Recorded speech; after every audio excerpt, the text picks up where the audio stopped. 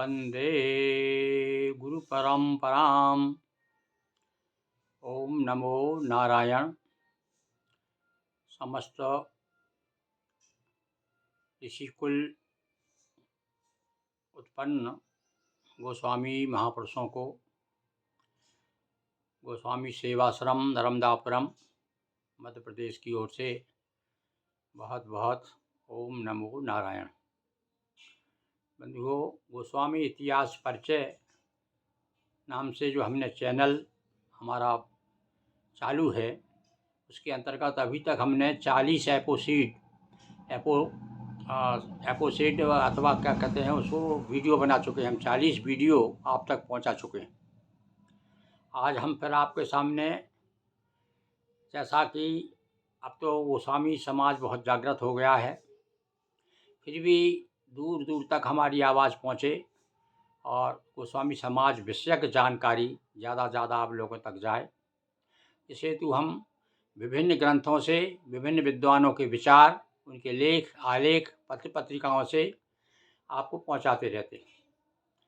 एक अभी वर्तमान युग कह सकते हैं हम, इसमें एक बहुत बड़े विद्वान हमारे समाज के मूर्धन विद्वान गोस्वामी इतिहास के जानकार, जिन्होंने कि बहुत बड़ा काम किया है, दिल्ली के श्री गिरिवर गिरी गोस्वामी निर्मोही।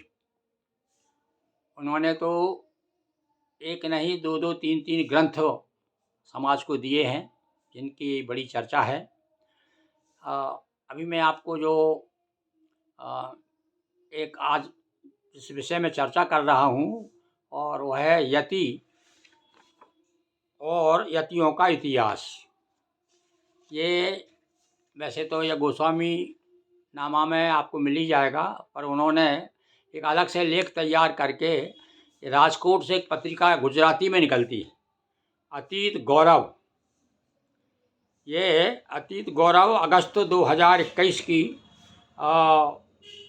तिलकमल भाई साधु बासवाणी मार्ग यूनिवर्सिटी रोड राजकोट से प्रकाशित हुई है। ये वर्ष 1 अंक 2 अगस्त 2021। इसमें मेरा भी परिचय दिया है और श्री गिरिवर गिरी गोस्वामी निर्मोही नई दिल्ली, जिनका नंबर है 98-184-61-932। इन्होंने एक लेख दिया है, पेज क्रमांक पेज नंबर 16-17 पर है। तो देखिए आप, मैं इसको आपके सामने सुना रहा हूँ। अच्छी जानकारी उन्होंने दी है।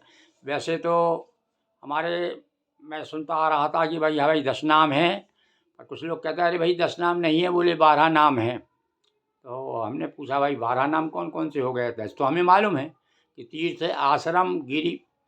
आश्रम वन अरण्य गिरी पर्वत सागर पुरी भारती सरस्वती, ये 10 हो गए। बोले नहीं, 2 और हैं, जति और ज्योत। वो ज्योत लिखते हैं, ज्योत यानी वो ज्योति से ज्योत बना, और यति से बना जति। तो ज्योत जति बोलते हैं गांव में, कहते हैं भैया ये हमारे ज्योत से भी हमारे संबंध है, कुछ लोगों की रिश्तेदारियां हैं, जति से भी है। तो ये जति के बारे में कुछ लोगों का ऐसा कहना है कि भाई ये यति जो है ये अलग से हैं। उनका गोस्वामी 10 नाम गोस्वामी में ये लोग नहीं आते। पर एक हरिहर यति थे वाराणसी के, हमसे उनका अच्छा संपर्क था। उन्होंने एक किताब लिखी थी, उन्होंने अपना जीवन परिचय लिखा था। उसमें 27 मड़ियों के अंतर्गत ही एक मड़ी बताई, और वही बात जो है हमारे गोस्वामी गिरिवर गिरी जी ने भी अपने इस लेख में दिया है कि श्याम सिंह यति गिरियों की एक जो 27-28 मड़ी होती है, उनमें से एक श्याम सिंह यति नाम की मड़ी भी है। तो इसे हम मान सकते हैं कि यति भी गोस्वामी ही हैं। तो खैर, उसके बारे में और विशद जानकारी, आपकी जो जिज्ञासाएं हैं यति के बारे में, वो दूर हो जाएंगी। मैं आपको एक तरफ से उसे पढ़ के सुना रहा हूँ। एक बार पुनः श्री गिरिवर गिरी गोस्वामी निर्मोही दिल्ली वालों का आभार मानते हुए सुनिए। यति का अर्थ, यति शब्द संस्कृत की यत धातु से बना है, जिसका अर्थ होता है यत्न करना, प्रयास करना, चेष्टा करना, दमन करना, नियंत्रण करना, संयम करना, अनुशासित करना। ये अनेक अर्थ होते हैं यति के।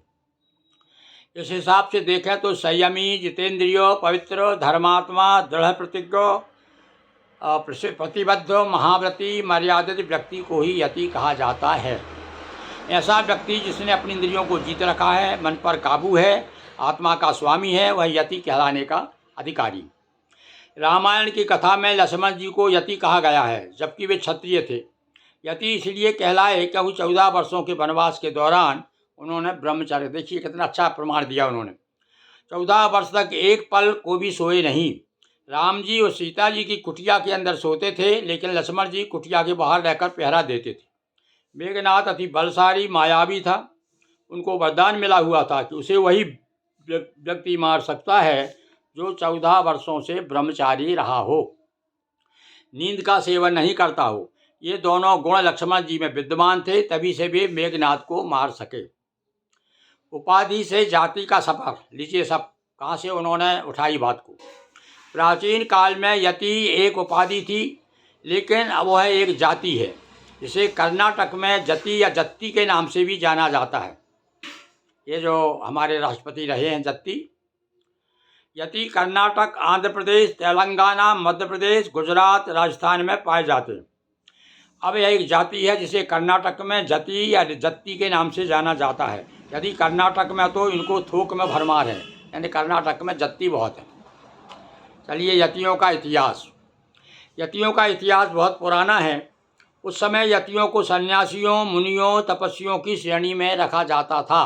प्राचीन काल में वेदों, आरण्यकों, ब्राह्मण ग्रंथों, संहिताओं, उपनिषदों, रामायण, महाभारत, स्मृतियों, पुराणों में यतियों का जिक्र है। यतियों का प्राचीन उल्लेख ऋग्वेद में आता है, ऋग्वेद में आता है, और तैत्तिरीय संहिता,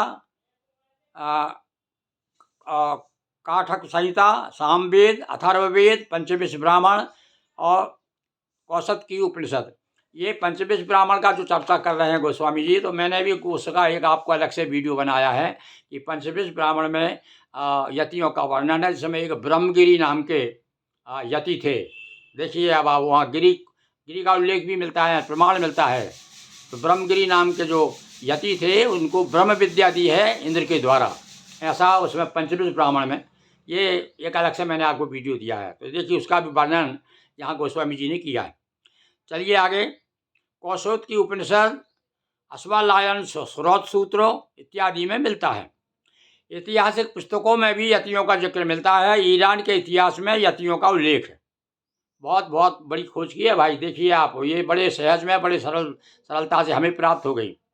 कितनी मेहनत की उन्होंने, किन किन ग्रंथों का अवगाहन किया है।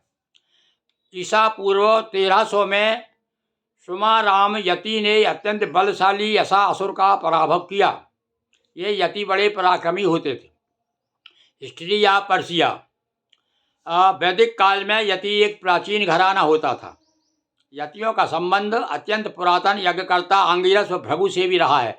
देखिए ये गिरियों का गोत्र जो है भृगु बताया गया है, तो इसलिए भी अपन उनको अलग नहीं कर सकते यतियों को। यतियों का बता रहे हैं यहाँ पर गोस्वामी जी की यज्ञकर्ता अंगिरस और भृगु, इनसे भी इनका संबंध था। यति एवं यज्ञ, यति और यज्ञ में गहरा संबंध है। यति लोग देवताओं को प्रसन्न करने, चमत्कारिक शक्तियों को प्राप्त करने के लिए यज्ञ करते थे। अग्नि की उपासना को ज़्यादा महत्व दिया जाता था। यति और गोस्वामियों से संबंध, अब इसके बारे में उनका क्या मत है वो सुनिए। वैसे तो यति लोग लिंगायतों की वीर शैव शाखा में आते हैं, जिसकी स्थापना 12वीं ईसा शताब्दी के संत एवं कूटनीतिज्ञ भास्वाचार्य ने कर्नाटक में की थी। हालांकि लिंगायत लोग अपने को शैव मतावलंबी बताते हैं, लेकिन वे वैदिक साहित्य, संस्कृति, वर्ण व्यवस्था को नहीं मानते। जो लिंगायत लोग जो हैं अपने गले में शिवलिंग धारण किए रहते हैं हमेशा। इसी आधार पर कुछ लोग यतियों को गोस्वामी मानने को तैयार नहीं है, क्योंकि यति उन लोगों में भी यति है। वो जत्ती जो बताया, जत्ती कितने लोग जति लिखते हैं वो, तो उस नाम साम के कारण भी हो सकता है कि कुछ लोग कहते हैं नहीं भाई ये तो हमारे दशनाम में नहीं है। जबकि यति लोग अपने को गोस्वामी मानने में गर्व अनुभव करते हैं और इसी बात को गहराई से जाने। यानी देखिए, इन्होंने तो लिखा है कि यति लोग भी अपने आप को गोस्वामी मानते हैं, पर मानते नहीं। हमारे भैया क्षेत्र में तो कुछ जति ज्योतों से संबंध भी हैं। अर्थ में समानता, अच्छा लिख दिया, सब बड़े गहराई के साथ में लिख रहे हैं गोस्वामी जी। अर्थ में यति का अर्थ एक ऐसा व्यक्ति जो अत्यंत पवित्र, आत्मसंयमी, धर्मात्मा। गोस्वामी का भी यही भाव है। जिस व्यक्ति ने अपनी इंद्रियों को जीत लिया है, मस्तिष्क को वश में कर लिया है, वह आत्मा का स्वामी है और वही गोस्वामी है। यह देखिए, हम लोगों के लिए भी एक तरह से प्रेरणा है। यदि हम गोस्वामी अपने आप को कहते हैं तो भाई इधर भी ध्यान दें, अपने चरित्र की ओर भी ध्यान दें, आत्मसंयमी बने, इंद्रियों के स्वामी बने। चलिए आगे, ऐतिहासिक समानता बताते हैं। अब देखो क्या कहते हैं, उन्होंने अलग अलग बिंदुओं पर अपनी बात कही है। बहुत बड़ी जानकारी में समझ, इससे अधिक जानकारी यतियों पर शायद ही कहीं आपको मिले, इसलिए यह एपिसोड और ज़्यादा महत्वपूर्ण हो जाता है। सुनिए, प्राचीन काल में यति और गोस्वामी दोनों पर्यायवाची रहे हैं। ये देखिए, ये तो खुद भी मान रहे हैं इस बात को। यति गोस्वामियों से अलग नहीं है, पर्यायवाची रहे। उस समय गोस्वामी को शैव सन्यासी कहा जाता था, जिसका दर्जा भगवान के बाद दूसरा माना जाता। यति और गोस्वामी के काम, जीने के तरीके भी एक जैसे ही। चलिए, गोस्वामी के गुप्तशाखा के रूप में भी यति हैं। 10 नाम गोस्वामियों की 10 शाखाएँ हैं। वन, अरण्य, तीर्थ, आश्रम, गिरी, पर्वत, सागर, सरस्वती, भारती, पुरी। गोस्वामियों की 52 उपशाखाएँ हैं, जिन्हें मणियों के नाम से जानते हैं। ये है अरण्य, तीर्थ, आश्रम, पर्वत, सागर, सरस्वती ने कोई उपशाखा अर्थात मणि स्थापित नहीं की, जबकि वन ने 4, भारती ने भी 4, पुरी ने 16, गिरियों ने तिब्बत में वेदगिरी की लामा समणि सहित 28 स्थापित की, जिनमें से एक मणि का नाम सिंह श्याम यति। इसका सीधा अर्थ है कि सिंह श्याम यति नामक कोई व्यक्ति गिरी शाखा में दीक्षित हो गया था। तभी से यति लोग गोस्वामियों से विशेष लगाव रखते हैं, अपने को गोस्वामी बताते हैं। इस लिहाज से देखें तो वीर शैव लिंगायत होते हुए भी भारत के भूतपूर्व उपराष्ट्रपति श्री बीबी जत्ती भी गोस्वामी ही थे। मैंने बताया था आपको इनके क्या गोस्वामी हैं, हमारे जो बीबी जत्ती जो थे, क्या गोस्वामी वो हैं। इसके बारे में भी एक मैंने अलग से एक एपिसोड बनाया है, वो देखिएगा। मृतक को समाधि, ये भी गोस्वामी की तरह समाधि देते हैं, आपस में विवाह नहीं। और ये लोग जो लिंगायत लोग हैं, वो भी अपने को शैव कहते हैं, जैसे नाथ लोग शैव कहते हैं, जोगी लोग कहते हैं शैव अपने आप को, और शैव हैं ही वो लोग सब लोग। पर ये परस्पर एक अलग अलग थोड़ा सा कुछ नियम धर्म के कारण, और जैसे कुछ गोरखनाथ से अनुयायी हैं, तो ऐसे अलग अलग कारण हो जाने से जो रोटी बेटी का व्यवहार नहीं है। इस प्रकार से इसमें उन्होंने बताया है। अब एक विशेष बात में उन्होंने क्या लिखा है, देखिए आप विशेष रूप से क्या कह रहे हैं। मेरा यह लेख ऐतिहासिक प्रमाणों पर आधारित है, जो मैंने निष्पक्ष होकर लिखा है। मैं यतियों को गोस्वामियों में शामिल होने की वकालत नहीं कर रहा हूँ, यह तो आप गोस्वामी को तय करना है। ये भी बता दिया कि कुछ लोग नाराज़ ना हो जाएं, भाई कहेंगे भाई तुम आप क्या कर रहे हैं, आपने इस पर हैं। उन्होंने तो जो सही थी वो यही बात मैं भी करता हूँ भाई। मेरा भी कोई ऐसा भाव नहीं रहता कि हम जो कुछ कह रहे हैं उसे आप वो मानिए ही। जो सही तथ्य क्या है, इतिहास क्या कहता है, पुराण क्या कहते हैं, हमारे धार्मिक ग्रंथ क्या कहते हैं अपनी समाज के बारे में, वह मैं भी ढूंढ करके आपके लिए, अब जैसे अभी ये लेख जो है हमको अभी देखने में आया, तो हमने चाहा, मन हुआ कि ये श्री गिरवारगिरी गोस्वामी दिल्ली वालों का जो इतना श्रम है वो आप तक भी पहुँचे भाई हमारे माध्यम से, इसलिए हमने आपको ये सुनाया। ओम नमो नारायण। एक बार असीम निर्मोही जी को उनके लेख के लिए एक बार पुनः गोस्वामी सेवाश्रम और शिव संकल्प साहित्य परिषद की ओर से बहुत बहुत आभार।